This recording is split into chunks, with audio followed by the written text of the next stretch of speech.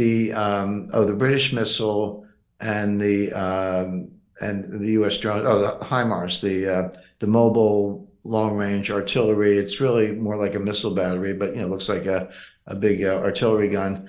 The Russians figured out how to disable the GPS. It's sort of like, I think of it as a cruise missile fired from a cannon, very potent, except if you disable the GPS, the shell doesn't know where it's going, and they're landing harmlessly. They're getting blown up. So, and the F-16 won't be any different. The war may be over before then. So the point is, so then Zelensky's begging for ammunition. The Ukrainian offensive just started about a week ago. It's failing badly. Casualties are high. This armor I talked about is being blown up.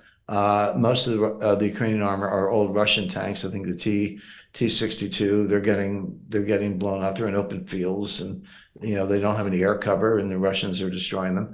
And so all these so-called miracle weapons don't work. So what is Zelensky begging for now? Ammunition. It's not even, what good is a high-tech cannon if you don't have any shells? And the U.S. has provided this. The U.S. is begging South Korea, hey, could you send them some ammo? And South Korea is like, well, we'll ship it to Poland and maybe they can do it. We want to keep our hands clean. But some of this is coming from South Korea. The Poles are out. The Brits are out. The Americans are out. Say, oh, well, wait a second. Whose economy is suffering? Whose arsenals are being depleted? Who's spending all the money? Who's bankrupting their own economy? It's the United States and our allies, not the Russians. So everyone said, well, it's called the factory and order some more ammo. No, we shut down those assembly lines a long time ago, and we're depleting our arsenals. You know how long it takes to retool a factory to start producing stuff once you've shut it down? The answer is about 2 years. So this war will be over.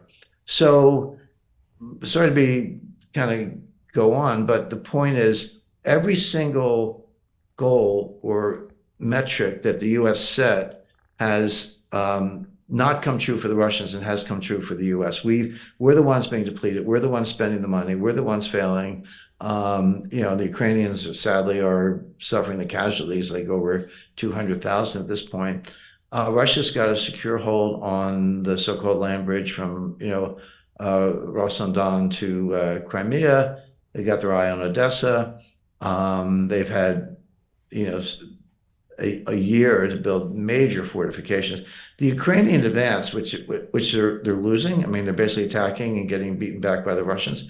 Those are the outer perimeter. That's the Russian perimeter that's relatively lightly stocked compared to the much stronger fortifications. The Ukrainians haven't even gotten through them. And this is like Pickett's charge, at Gettysburg, where Lee had a success at Chancellorsville, not too many months before Gettysburg, where he just charged and he broke through the Union lines and disrupted it and won the battle, etc.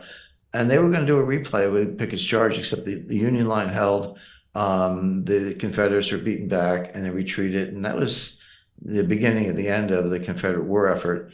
And then, the rest is history, as they say. I just want to alert everyone to an important video that you've just recorded that will not be available to the public. Here, you discuss the upcoming geopolitical shockwave of what you call the most significant development in international finance since 1971. But then you explain how anyone can position themselves to profit from this crisis. Our viewers can access that video at londonreal.tv/Jim, and I highly recommend that everyone go watch that immediately after our conversation. So that's kind of what's happening to Ukraine right now. But the U.S. won't quit. And so now they want the F-16s, which won't be any different. They'll just get shot down. And so then he said, where does it end? And as you see, this guy Cimarella, Eric Cimarella, he's wrote an article. He was the rat in the Trump impeachment. Remember the phone call with Zelensky, as if, how many times, Biden's been to Kiev talking to Zelensky, but Trump makes one phone call and he gets impeached. But the guy who got the transcript of the call from Vindman and delivered it to Adam Schiff and routed out Trump and started the whole impeachment thing, it was in the National Intelligence Council. I used to work there. It's like a big brain wing of the CIA. He was the rat. Well, he just wrote an article. It's now at the Carnegie Endowment. Where else, right? And they're going to the Korean model. They're saying, well, okay, we're clearly losing, but let's not lose. let's have like an armistice. And by the way, the Korean War is not over. What they did in 1953, they had an armistice. They stopped shooting and had a line of control, DMZ. But there's never been a peace treaty, and technically North and South Korea are still at war.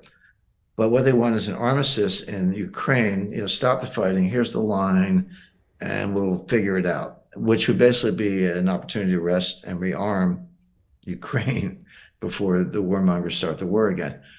Why would Russia agree to that? I mean, Russia's winning. Why would you agree to an armistice? I mean, that's how World War I ended before the Versailles Treaty. So I just see people who are delusional, who don't understand the economic side of war, which is a big deal. Think you can push a button and get weapons, and you can't. It takes years to retool those assembly lines. Think money's unlimited, and it's not. And have this just irrational. I'm talking about Fiona Hill, George Kent, Victoria Nuland, Tony Blinken, Jake Sullivan. These people are political hacks. They're not that bright, and Biden's feeble-minded, and that's who's running U.S. policy. Hey, it's Brian Rose, founder of the DeFi Academy. I've told you my 4-week crypto bootcamp is amazing, but don't take my word for it. This is what my students are saying. The DeFi Academy was an amazing experience for me. It took me totally out of my comfort zone. In this course, I was challenged, I was held accountable, and pushed to do things that honestly weren't always easy. It's been phenomenal, and I can't believe we're already up on our 4 weeks. It has flown by. Going through this DeFi accelerator by far was one of the best courses I've taken. You do this course, you really get into the nitty-gritty of the activities that will make you comfortable with decentralized finance. Thank you so much to Brian and everyone at London Real and the DeFi Academy for even putting together an amazing course like this. Anybody else that wants to do it, please sign up. It is well worth the money.